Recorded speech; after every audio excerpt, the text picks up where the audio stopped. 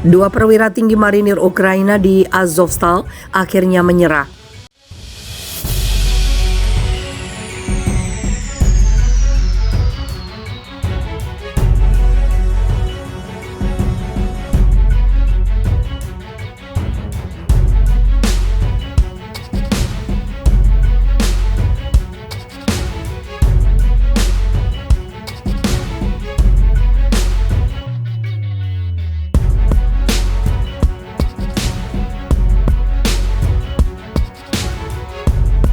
Dua perwira tinggi Brigade Marinir 36 Ukraina menyerah setelah gagal keluar dari kubu tempur mereka di pabrik baja Azovstal, Mariupol. Kedua perwira itu terdiri Kepala Brigade Kolonel Dmitry Kormyankov dan Komandan Tempur Brigade Kolonel Vladimir Baranyuk. Mereka ditahan di satu lokasi di wilayah kekuasaan Republik Donbas. Kabar ini disiarkan stasiun penyiaran resmi Rusia, RIA Novosti. Video pendek yang dibagikan di kanal Telegram Sputnik News memperlihatkan Kolonel Kormyankov menjelaskan sesuatu dalam bahasa Rusia. Ia mengatakan marinir Ukraina di Mariupol tidak disiapkan untuk menjalani tugas tempur di kota pelabuhan Laut Hitam itu. Kementerian Pertahanan Rusia menyatakan pasukan bersenjata Ukraina menggunakan warga sipil sebagai tameng hidup. Kubu terakhir Ukraina di Mariupol, militer Ukraina dan milisi bersenjata Neozazi menempatkan kubu pertahanan dan persenjataan di komplek hunian penduduk. Kementerian Pertahanan Rusia dalam kesempatan berbeda di kanal Telegram merilis rekaman video pengakuan seorang tahanan militer Ukraina.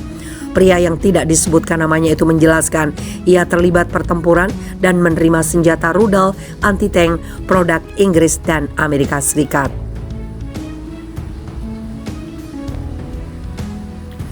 Saya mengoperasikan baik Enlow maupun ATGM Javelin, tapi semuanya senjata itu sudah kedaluarsa.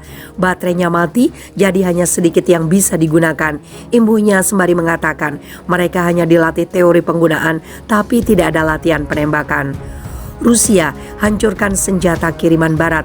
Di Kharkov, pasukan Rusia menghancurkan sejumlah besar perangkat keras militer kiriman Amerika Serikat dan Eropa. Pasokan senjata berat dihancurkan lewat serangan udara Rusia di sekitar stasiun kereta api Bogodukov. Operasi itu bagian dari operasi militer khusus Moskow yang sedang berlangsung di negara tersebut sejak 24 Februari. Juru bicara Kemenhan Rusia, Maijen Igor Konazenkov, di sekitar stasiun kereta api Bogodukov di wilayah Kharkov, pengiriman besar peralatan militer dari Amerika Serikat dan Eropa telah dilenyapkan. Dia menambahkan sebagai akibat dari serangan udara, sekitar 280 nasionalis Ukraina serta 48 unit senjata dan peralatan militer telah dihancurkan.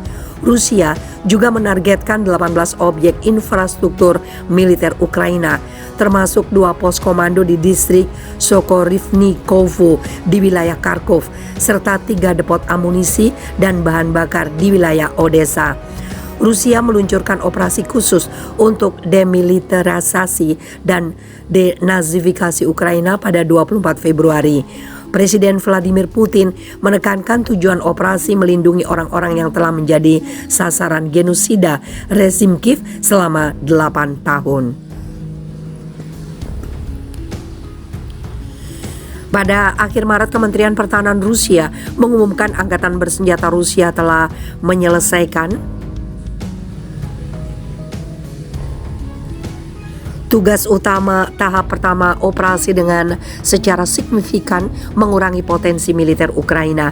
Tahap kedua dari operasi tersebut difokuskan untuk membebaskan republik-republik yang baru diakui di wilayah Donbas.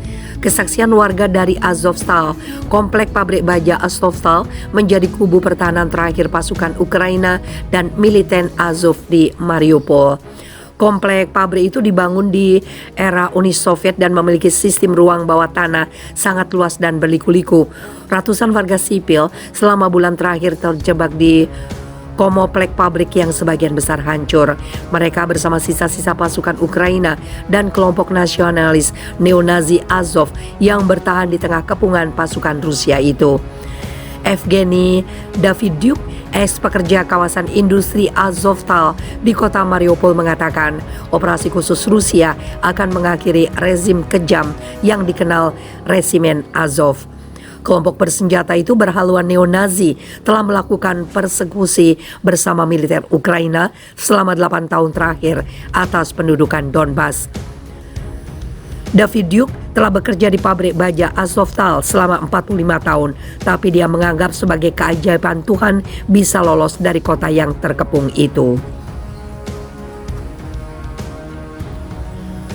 Dikutip kisahnya dari Sputnik News.com, Davidiuk melarikan diri ke Sevastopol, Rusia dalam kondisi